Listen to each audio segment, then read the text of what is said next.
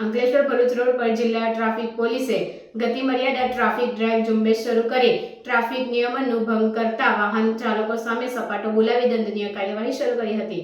જિલ્લા ટ્રાફિક પોલીસે બોડી કેમ સ્પીડોમીટર સાથે ચેકિંગ કર્યું હતું। બાઇક ચાલકો તેમજ ઓવર સ્પીડ જતા વાહન ચાલકોને દંડ ફટકાર્યો હતો।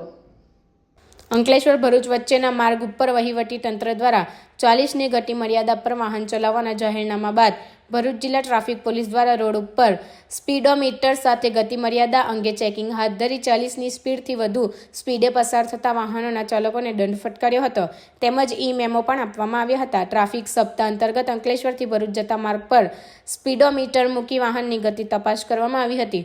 દૂરથી જ ગતિની જાણ થતાં સાથે રોડ ઉપર તૈનાત ટ્રાફિક પોલીસ જવાનને જાણ કરી વાહન થોંભાવી દંડ કરવામાં આવ્યો હતો। એસટી બસથી લઈ તમામ વાહનોની ગતિ મર્યાદા જિલ્લા ટ્રાફિક દ્વારા ચકાસવામાં આવી હતી તેમજ વધુ સ્પીડે પસાર થતા વાહનોના ચાલકોને દંડ ફટકાર્યો હતો અને વાહન ચાલકોને 40ની ગતિ મર્યાદા અંગે જરૂરી સૂચનો કર્યા હતા।